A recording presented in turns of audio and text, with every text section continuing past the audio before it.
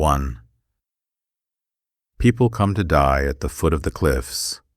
Like gods or movie stars, they throw themselves at them, then drown. It's just another step, only the fall is longer. Before your toes kiss the water and your skeleton falls out, like a wedding ring hidden in black jello. They surrender their body 'cause they don't want that anymore. Someone could look at it, touch it, fuck it, hurt it. Besides, they'd have to ride around in it, seeing more of the world they already tired of seeing. The cities, cement, cemeteries, all the people rotted from the inside but misting perfume. Little daggers for teeth, shooting slow-motion bullets out they eyes. The world is full of unbreakable monsters doing monstrous things. Who wants to be a passenger when you can fly? Those old gods, calcified, then bent under neglect, hunkered like knuckles at the edge of the sea. The water beats them, but never moves them, never rises high enough to take them. So they stay, silent, not dead, just waiting to erode. That's why people pray on their knees. They cower in front of greatness. 2. She sits in the car, wait while the people go. They always going, never coming, really. You go from the night you born to the day you drop dead. One has a telescope to make a big eye. Another group climbs into a yellow light and rolls away. There are always lights for people like them. Warmth, clothes on hangers, beds with comforters, a food table to sit around and check each other out every night. Are you okay? They say. I'm okay, you answer. Everything's fine, they cheers, even while the thing under your skin cries apocalypse. When they are gone, she goes too. The gin in the plastic cup slips down her throat. That hole where so many bad things came from. People should be born without senses. No mouth, no ears, no eyes, just a peanut. They'd have a happy life, feeling around with their hands, looking for soft things to grab and hold on to. But then the world would be made of thorns, hypodermic needles, and bees. Everything stings, she tried to exclaim, while failing to suck her finger. Her peanut just sit there, fingers throbbing like cartoon hammers, while those bees smile mercilessly at her shell. 3. The car door clicks shut like an empty casket, she thinks. No more riding, only hiking, flying, and black. You place your head at the feet of the gods and surrender. You bring them back that body. It wasn't a very good one, you say. It could have been better, prettier. Made it so long-legged, I could have run from all the monsters you put in my way. It could have had searchlights for eyes, so I could see them in the dark and flee. But the cliffs made women weak. They were just carriers for the next generation of sacrifices. It was in their veins, in the architecture of their tiny bodies. The future crawling out of blood and guts, ready to do terrible things. Tied by a white worm that hooked them to the next world. That's why they fed their babies from their breasts, and why their nipples looked like bullseyes. A little more corruption, the good mothers say, to wean you, to get you ready to poison the whole world. 4. The hike is nice for a first hike or last one. You just go up till up stops. It's very easy, really. You ascend, just like Jesus did, above the world and all the peoples that killed him. At the top you look down and watch them, eyes wide, their practiced smiles and Kennedy waves. You can sigh and give them the finger. You can close your eyes, step forward, and fall down dead. It's okay you return that body broken. Really, it was broken anyway. From the very fucking start. She was 24, from Osaka. She had long black hair that made men want to pin her down, take her, then cut it off to keep her. She felt like she was flying. Her hair felt that too. And they did fly until they didn't. 5. He came later, a month, and in the morning. The sun was doing its thing, climbing, the same trick for 4 billion years. He said himself he wasn't going to jump. Not really. Just here to look, maybe write his feelings down. But he didn't bring a pen or paper. He left his car at the end of the parking lot, the keys in it. It could drive away if it wanted. Racing down streets, running people over. That's what cars would do if they had the choice. Like still wild horses, like virgin girls. You kill the men before the men kill you. You kick them in the belly until they're no longer hungry, until they burst. He climbed too, along the path, but not as easy. The smooth leather of his soles slipped in salt moss. He knelt and scuttled up like a crab, then finally crawled like an infant, his 10 pink fingers digging in the dirt like shovels, just to pull him up. He didn't want to die, few do, but didn't want to stay either. He wanted a different life, lived by a different person, with a different face, heart, history. But he didn't know how to make that swap. Maybe he wanted a do-over, but we don't get those. When you get here, a little voice whispers in your little ear that life is simple. Just run till you're done. Run like something's chasing you, 'cause it is. When you get caught, they dig a hole and plant you, but nothing grows, nothing ever does. They must be optimists or idiots. They sprinkle dirt over you, though you've already got dirt, and what you need is water. 6. If you crawl your way up the mountain, it's slower, but you still arrive. You get to see the world up close, all the misshapen things that grow under your feet, things you never noticed. It gives you time. Time to hope something will pull you back down, back into that life of sleepwalker sleepwalking. You only wake up a few times in your whole life, and one is the day you die, or sometimes just the very last moment. He was awake when he reached the top. 3 black crows perched on the edge of the basalt, looking out the sides of their heads. A funny place for a god to put eyes, he thought, since they fly straight, but can't never see where they're going. He crawled to the edge of the cliff and peered over, holding tight to the topography with both hands, as if his head might leap first if given the chance. It's a long way to the water, he thought, long enough to think. He didn't like that. He hadn't planned anything to think about on the way down. He'd read it was like jumping from a cloud and landing on the street. You felt a heavy thud, then blackout. The ocean first cleans up your mess, then washes you out to sea, leaving no one the wiser. All the people who knew you would wonder for the rest of their lives. He liked that. Let them wonder. And when they lay dying, they'd never know if you were still living someplace. A kind of immortality. Even the very last one wouldn't be sure he was the last.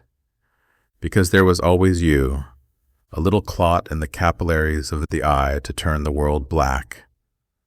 The sea below boiled and withdrew again and again, sucking the light from the sky and hurling it back in broken flashes. Tongues of foam dragging dark hollows. The cliffs were streaked with rust and white lichen. Of course the gods would be made of stone, their only mandate to outlast the disposable human raindrops. 7. Later in the day, boats would come by. They steered close so the tourists could take their photos. The children pointed their fingers, and the parents pointed their phones leaning over rails to capture the moment. A bead on a string with no knot on the other end. Then they'd leave. They called the cliffs beautiful, but the boatmen knew better, because every now and then, just before dusk, someone saw the hands, hundreds of them, thin and blue, poking up from the surface, like seaweed reaching for light. Sometimes they waved wildly, as if a storm were pushing them from underneath. Sometimes they just floated still, as if waiting to be counted. Once, a captain said he saw them on the cliff.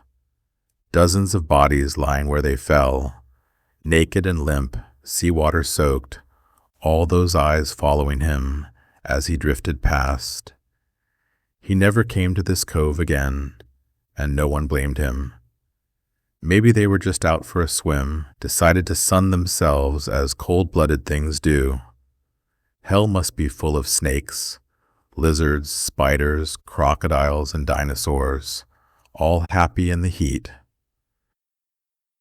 8. First he rose to his knees, then to his feet, unsteady, like someone learning to surf.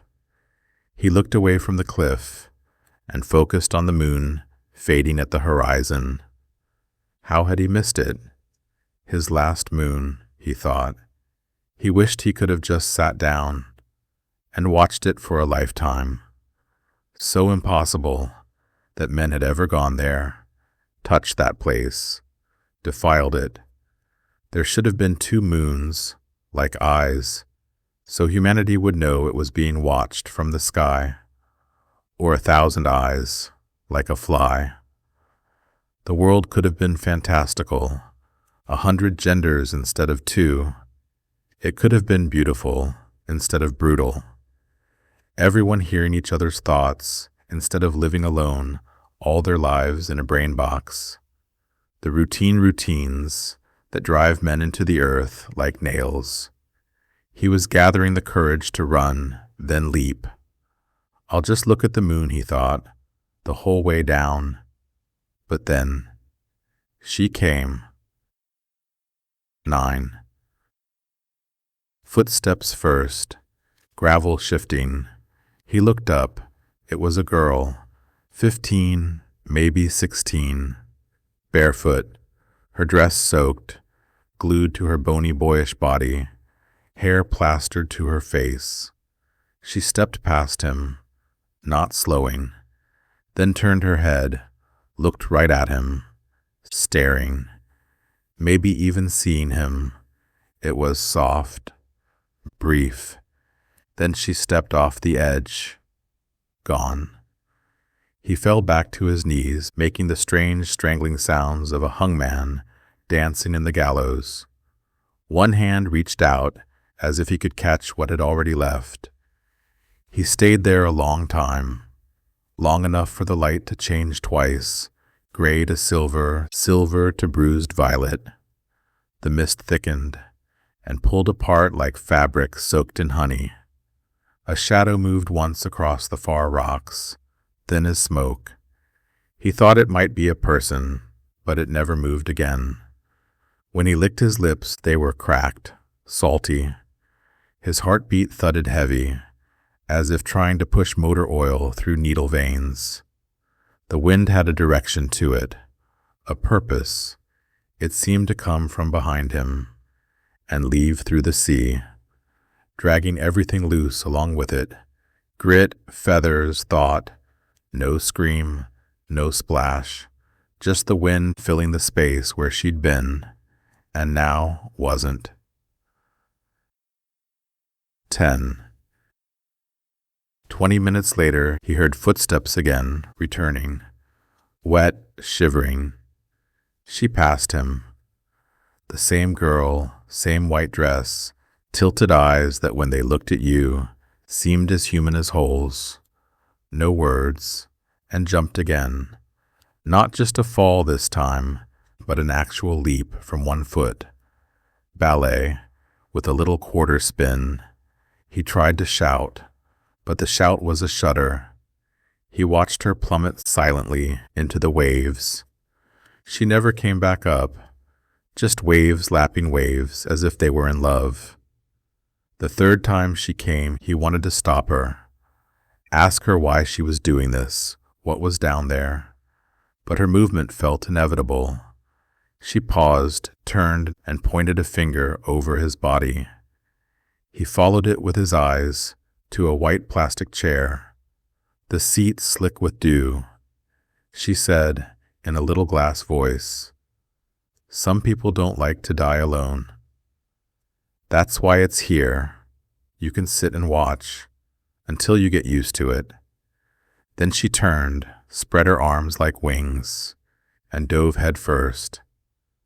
The cliffs began to shift slightly each time she vanished. Stones rearranging, gulls changing places. Even the wind tasted different, heavier and bitter, as if the very air were on fire. He wondered if every time she jumped, the world restarted an inch to the left. 11. She was like clockwork, every 20 minutes. He felt her coming, looked over his shoulder, and saw her eyes glowing faintly above her body. Two small violet lamps in the sea mist that blew up the cliffs and fell like rain.